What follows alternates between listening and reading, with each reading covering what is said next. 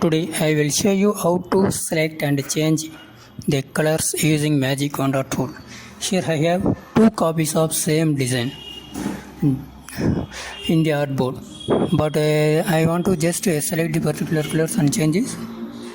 And open Magic Wand tool, just hit the cyan color, which color you want to change.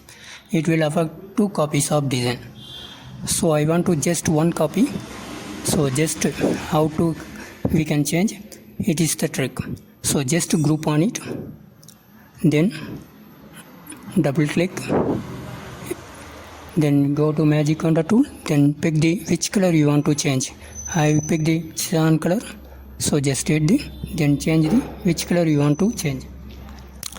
It's only affecting inside the group, it does not affect the outside of the groups. So it is the trick. Thanks for watching. If you like, hit the subscribe button and share. Thanks a lot.